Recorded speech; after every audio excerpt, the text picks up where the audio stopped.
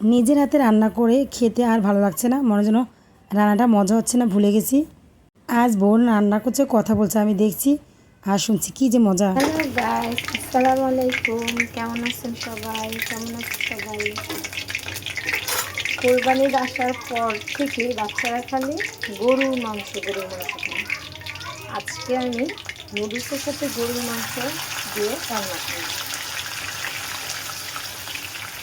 এখন আমি দিয়ে দিচ্ছি মাংসটা।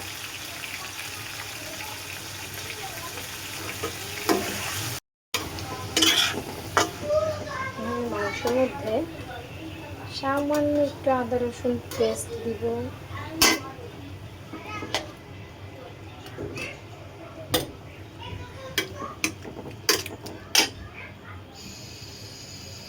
তারপরে দিয়ে দিব ধনিয়া পাতি, সামান্য একটু দেব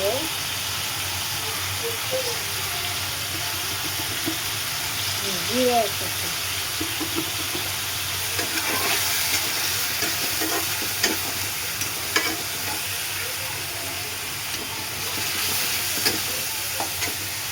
মাংসটা একটু যাতে কালার আসে সেজন্য দিয়ে দেবো সামান্য পরিমাণ সল্ট।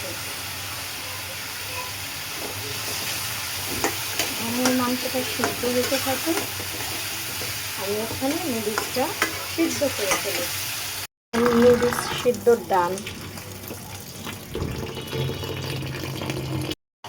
মাংস ভাজাটাও কমপ্লিট। দেখো কি সুন্দর কালার আসছে, সুন্দর ভাজা হয়েছে। এখন আমি এটাতে ডিম ছেড়ে দিব। দেখো গাইস, আমি ডিম ছেড়ে দিচ্ছি। আমার এই ডিমটার কুসুমটার কালার দেখছো, ওমেগা 3 যুক্ত ডিম।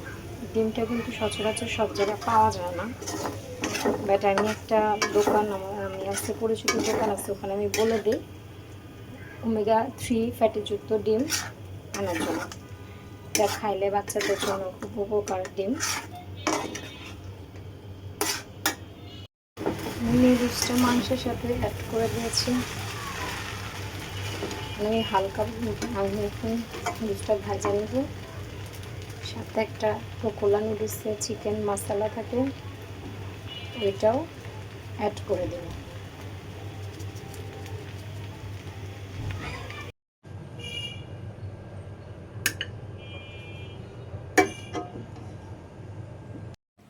আসলে গাইস, রান্নাটা সেই হয়েছে, তোমরা যদি খেতে পারতা তাহলে বুঝতা। তোমাদের কাছে কেমন লাগলো কমেন্টে বলে যাও। আজকের মতো বিদায়।